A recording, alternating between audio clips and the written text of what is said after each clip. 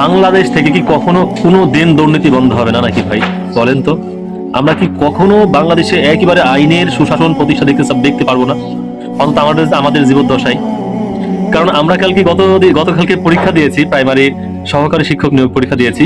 তো আমি first time দিয়েছি। আমি মনে করছিলাম যে ভাইরে মনে হয় কত সিকিউরিটি, কিভাবে হয়তো একটা মানুষকে সার্চ করা হবে, একটা কিভাবে কার কাছে ফোন আছে কিনা, কার কাছে সেন্সর আছে কিনা, কার কাছে ডিভাইস আছে কিনা, মানে বিভিন্নভাবে হয়তো সার্চ করা হতে পারে।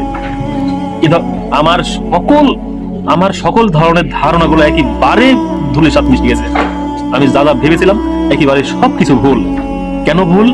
কারণ আমি যখন গেটে প্রবেশ করলাম মনে করছিলাম যে দুইটা, আমাকে বলা মানে সব জায়গাতে উল্লেখ ছিল যে দুইটার মধ্যে হলে প্রবেশ, মানে গেটের পর দুইটা পরে গেট বন্ধ করে দেওয়া হবে বা এরপরে প্রবেশ করানো হবে না। আমি 11:30 থেকে অপেক্ষা করছি ওখানে গিয়ে, আমাদের মতন যারা প্রথম ফার্স্ট টাইম দিতে এসেছে বা এর আগেও কেমন হয়েছে আমি জানি না। তো আমি যখন গেলাম 11:30 থেকে 12টার দিকে, তো এর ভাগে আমি ভাবলাম যে জুমান সালাত আদায় করে আসি। সালাত আদায় করে আসলাম, এসে মাইকিং করছে যে 2:30 পর্যন্ত, 2:30টার পরে গেট বন্ধ হয়ে যাবে। আচ্ছা, ভালো কথা।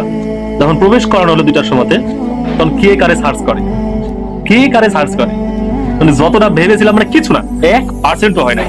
মানে দাদা ভেবেছিলাম যে কতটা কড়াকড়ি, কতটা কি হবে, কতটা সিকিউরিটি হবে, কতটা মানুষকে এভাবে সার্চ করা হবে, ওয়াল্লাহি আল্লাহর কসম করে বলছি তার 1% হয় না।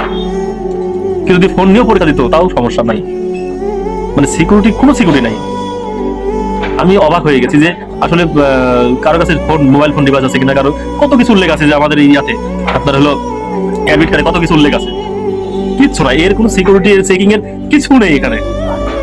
আমি তাও ভাবলাম যে আসলে সমস্যা নাই, যাহাই হোক সমস্যা নাই, যাহাই হোক। পরে শুনে দেখলাম যে কতভাবে মানুষ দুর্নীতি করে পরীক্ষা দিতে চাচ্ছিল বা গেছিল। আফসোস, পড়াশোনা করে কাম কি বলে? দেশ কেন পিছিয়ে যাচ্ছে বারবার, কেন পিছিয়ে যাবে? যে যারা মেধাবী, যারা সারা বছর পড়াশোনা করবে, তারা কিন্তু পড়াশোনার দিকে থাকবে। তারা কিন্তু ওই কোথায় প্রশ্ন ফাঁস হচ্ছে, কে প্রশ্ন দিচ্ছে, কয় লাখ টাকায় প্রশ্ন বিক্রি করছে, এদিকে খোঁজ নিতে যাবে না।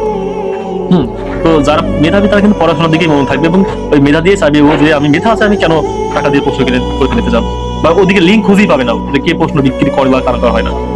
তো একেবারে আমি আমার দিক থেকে বলছি যে এই নিয়োগ পরীক্ষা ঘোষণা করা হোক, বাতিল হোক, এবং পুনরায় সিকিউরিটি দিয়ে ভালোভাবে প্রশ্ন, যারা প্রশ্ন তৈরি করবে তাদের কাছে 1 সপ্তাহ তাদের কাছে কোনো মোবাইল ফোন কোনো কিছু তারা ব্যবহার করতে না পারে, এবং তাদেরকে একটা আলাদা ঘরে রাখা হোক। যারা প্রশ্ন তৈরি করবে, যে 5 জন 10 জন 20 জন যে যারাই প্রশ্ন তৈরি করুক না কেন, তাদেরকে এইভাবে সিকিউরিটি রাখা হোক। 1 সপ্তাহ আগে থেকে ফোন বন্ধ, এবং পরীক্ষা না শেষ হওয়া পর্যন্ত তাদেরকে ফোন দেওয়া যাবে না। মানে কোনোভাবেই তাদেরকে যেন বাইরে কারোর সাথে লিঙ্ক যোগাযোগ করতে না পারে যারা প্রশ্ন তৈরি করবে।